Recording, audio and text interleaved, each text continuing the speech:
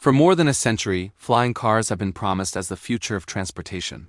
From early science fiction to glossy tech demos, the idea has always seemed just one breakthrough away. And yet, despite enormous advances in aviation, batteries, and artificial intelligence, flying cars are still not part of everyday life. The reason isn't a lack of imagination.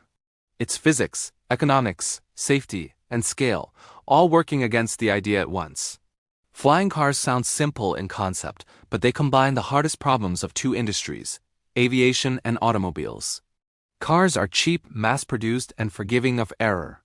Aircraft are expensive, tightly regulated, and designed around extreme safety margins.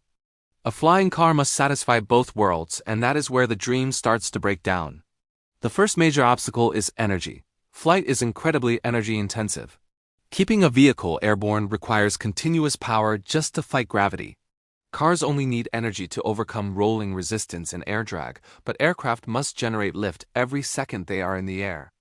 Batteries, despite improving rapidly, still fall far short of aviation needs. Jet fuel contains vastly more energy per kilogram than even the best lithium batteries. That's why electric cars are practical, but fully electric aircraft struggle with range, payload, and endurance. Every extra passenger or safety system reduces how far a flying car can go. Vertical takeoff makes this problem worse. Hovering is one of the least efficient forms of flight. Helicopters and VTOL aircraft burn enormous amounts of energy just to stay in place. A flying car designed for cities would need to do this repeatedly, in confined spaces, with minimal margin for failure. The second challenge is safety. When a car breaks down, it pulls over. When an aircraft fails, consequences are far more severe. Aviation safety standards are extremely strict for a reason. Even small failure rates become unacceptable when vehicles operate over cities. Flying cars would operate close to buildings, power lines, pedestrians, and dense traffic. Redundancy systems add weight and complexity. Parachutes help, but they don't solve failures at low altitude or overcrowded areas.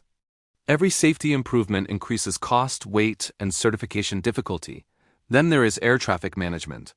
The skies look empty, but controlled airspace is already crowded and carefully managed. Introducing thousands of low-altitude flying vehicles would require a completely new traffic control system, one that works in real time, avoids collisions automatically, and handles emergencies instantly. Human pilots are not scalable. Training millions of people to fly safely in 3 dimensions is unrealistic. That leaves autonomy, but fully autonomous flight in dense urban environments remains an unsolved problem. Self-driving cars struggle on roads. The air adds wind, weather, and vertical movement into the equation. Cost is another major barrier. Aircraft are expensive to build and maintain. Even small helicopters cost hundreds of thousands of dollars and require constant inspections. A flying car that meets aviation safety standards cannot be priced like a consumer vehicle. As a result, most flying car concepts only make sense for niche markets, air taxis for wealthy passengers, emergency services, or military use. Mass adoption would require costs to drop by an order of magnitude, without compromising safety.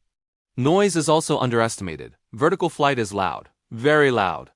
Urban residents already resist helicopter traffic. Multiply that by thousands of vehicles, and public acceptance becomes a serious issue. Electric propulsion helps, but physics still demands moving large volumes of air to generate lift. Regulation adds another layer of friction. Aviation authorities are cautious by design. Certifying an entirely new class of vehicle takes years, sometimes decades. Every failure sets progress back further. Governments are unlikely to approve widespread deployment until risks are extremely well understood. This doesn't mean progress has stopped. Modern VTOL aircraft, drones, and electric air taxis represent real advances. Many companies are working on limited, controlled use cases rather than mass consumer vehicles. But that shift reveals an important truth. The future may not be personal flying cars in every garage. It may be specialized aerial transportation, tightly regulated, professionally operated, and limited in scope. Flying cars haven't taken off because the problem isn't one breakthrough away from being solved. It's many hard problems stacked together: energy, safety, autonomy, noise, cost, and regulation, all needing solutions at the same time. Until physics bends, batteries improve dramatically, and autonomous systems become vastly more reliable, flying cars will remain a powerful idea constrained by reality. The dream isn't dead, it's just much harder than it looks. If you enjoyed this deep dive, like the video, subscribe to Talking Tech, and share it with someone who still believes flying cars are just around the corner.